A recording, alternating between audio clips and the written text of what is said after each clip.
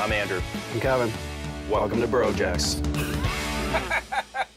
We're building a dining room, pool table, and having our friends down for a feast. We're not going to get anything done now that we have a pool table.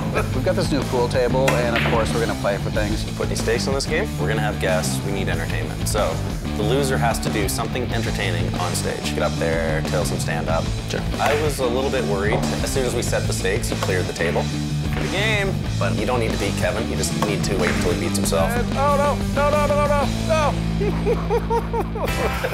I hate winning by scratch, but I'll take it. He's going to go up on stage and provide entertainment for 5 minutes for our guests. Brutal. I'm not looking forward to it. We'll put it that way.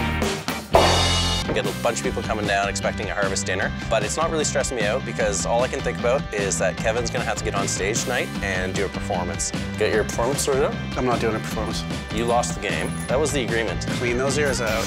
I'm not doing it. I can see his mind's just ticking. He's sweating.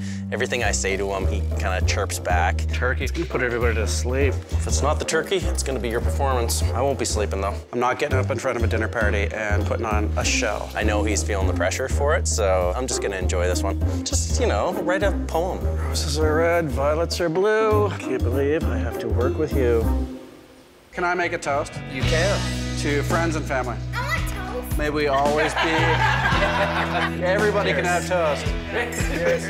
And with that, I lost a bet with Junior. I have to entertain you.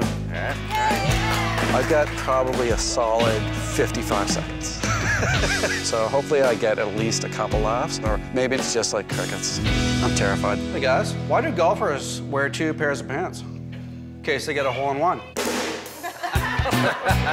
Even though they were pretty bad jokes, it got everyone laughing. Here's one for you young people. What do the forks say to the cake?